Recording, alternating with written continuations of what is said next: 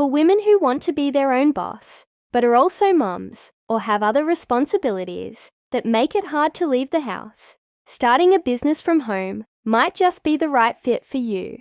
Hey there, welcome back to the channel. I'm so glad you're here today. If you're new around here, welcome. We talk all things business and entrepreneurship so that you can live your best life and create the business of your dreams. One of my favorite ways to start a business with little to no money is by creating handmade items to sell online. You can do this with absolutely anyone, no employees needed, and you can set your own hours making products at home. So if you're looking for a way to get some extra money coming in each month, start a business with handmade items.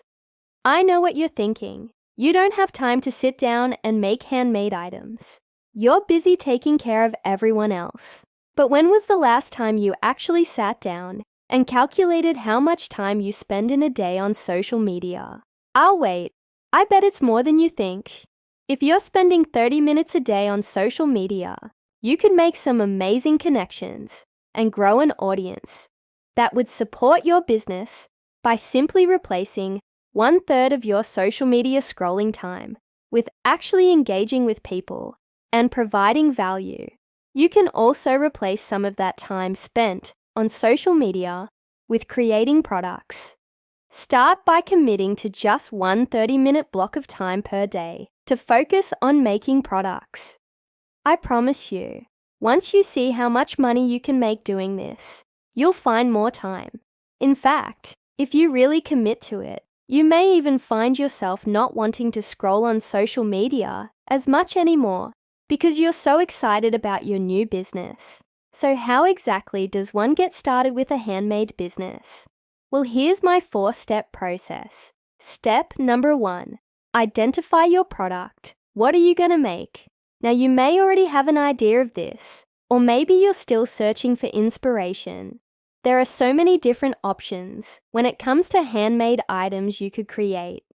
Anything from jewelry, to soaps, to candles. You can sell digital products like printables, or you can sell physical products that you create yourself.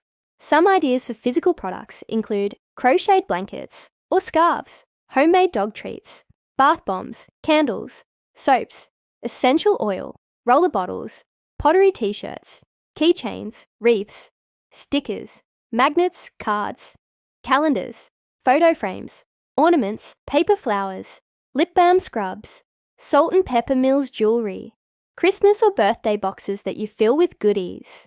The list goes on and on. There are so many options out there for you to choose from. If you're stuck, take some time to look on Etsy or Amazon Handmade to get some ideas. Once you've identified your product, the next step is to determine if you're going to sell these items locally or if you're going to sell them online. If you decide to sell them locally, you can try places like craft fairs or local markets. If you decide to sell them online, which I highly recommend, then head over to Etsy or Amazon Handmade. If you're interested in selling on Etsy, I have a video that walks you through the entire process of setting up your shop and creating a listing. I'll link that below. Now let's say you've chosen to sell your handmade items on an online marketplace like Etsy. The next step is to figure out your pricing strategy. When it comes to handmade items, the sky is truly the limit when it comes to pricing. There are some pretty unique and intricate items being sold out there, and buyers are willing to spend a lot of money on handmade items, since they know they're getting something one of a kind. However, you also need to take into consideration the price of materials, the cost of your time, and then your desired profit margin. With handmade items, you can usually charge quite a bit more than if you were selling a mass-produced item. You're essentially charging for the time it takes to create the item, plus the cost of materials. An example would be, if you wanted to make and sell wreaths, you could purchase a grapevine wreath form for about $8, spray paint it gold, and add in some greenery. You could then turn around and sell that same wreath for $125. That's a huge markup. In this scenario, you would make $117 in profit after Etsy fees and expenses. It's important to take into consideration not only the cost of materials, but also your time. Be sure to factor in the cost of your time when pricing your items. Just because something is handmade doesn't mean it should cost twice as much or 3 times as much. It should cost as much as you're actually spending your time creating it. For example, if it took you 3 hours to make an item, you need to factor in your hourly rate and add that amount to the cost of materials. One way to determine your hourly rate is to take your monthly expenses and multiply that by 12. Then take that number and divide it by the number of hours you would like to work in a month. This will give you your hourly rate that you should be paid. The final step to start a handmade business is to start creating. You can start small by making just a few items to test out the waters and see how well they sell. Create a listing on your chosen platform. Take some great photos, and you're ready to go.